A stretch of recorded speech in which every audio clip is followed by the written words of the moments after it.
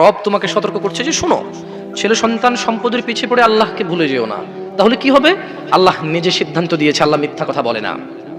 তোমরা যারা ঈমান এনেছো আকাশের প্রভুর প্রতি, তোমরা যারা ঈমান এনেছো জান্নাত জাহান্নামের মালিকের প্রতি, তোমরা যারা ঈমান এনেছো বিচার দিবসের একচ্ছত্র মালিকানার প্রতি, তোমরা যারা ঈমান এনেছো মানুষের জীবন মৃত্যুর স্রষ্টার প্রতি, তোমাদেরকে বলছি, তোমরা বলছে ফাউলাইকা হুমুল খাসিরুন, তোমরা যারা সন্তান সন্ততির মোহে পড়ে, ধন সম্পদের মোহে পড়ে রবকে ভুলো, আল্লাহ বলছে ফাউলাইকা হুমুল খাসিরুন, তোমরা সবাই হবা ক্ষতিগ্রস্ত। জি, তাহলে জামশেদ ভাই, পুরো পৃথিবীর মানুষ যদি আল্লাহ বিরোধী হয়ে যায়, সবাই ক্ষতিগ্রস্ত হবে।